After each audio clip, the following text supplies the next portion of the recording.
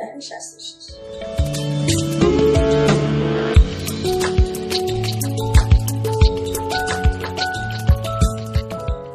من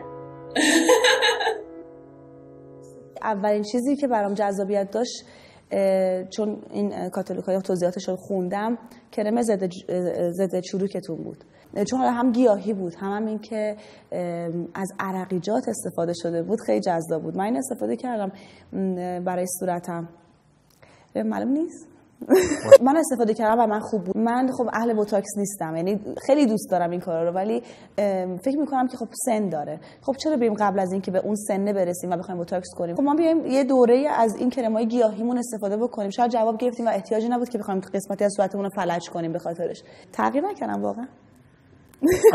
ببین چند روز اول، 2-3 روز اول که استفاده میکنی کرم رو، یه مقدار احساس کشش میکنی، احساس سفت شدن توی پوستت میکنی. همین خطای ریز کوچولویی که حالا از خط خنده است، حالا از خط گریه است، حالا از خط اشک میگم بهشتم چی میگم، این خطای ریز کوچولو رو ما رو پوستمون از نزدیک ببینیم، خودمون داریم.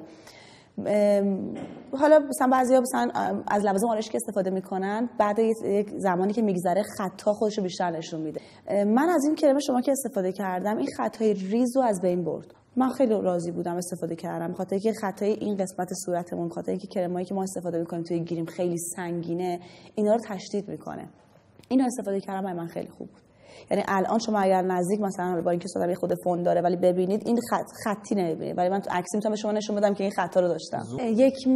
نزدیک یک ماه و نیم که شد استفاده من از کرم شما، عجیب که بود اینکه 100% یک سری خطوط صورتمو که خیلی روش زوم داشتم، البته تو عکسام بیشتر مشخص میشه، من خودت تو عکسا زیاد دقت میکنم، یه سری خطایی تو ریز توی پیشونیم که یواش یواش مثلا طی مرور زمان که حالا سن میره بالاتر یا وزنمون، من به خاطر وزنم واقعا اینقدر وزنمو کمو زیاد کردم، یه سری اتفاقای مثلا این خطا رو صورتم افتاده، هی چاق میشم، هی لاغر میشم، یه سری خط روی پوستم افتاد، ریز خیلی کوچیک روی پیشونیم بود، اینا همه رفت.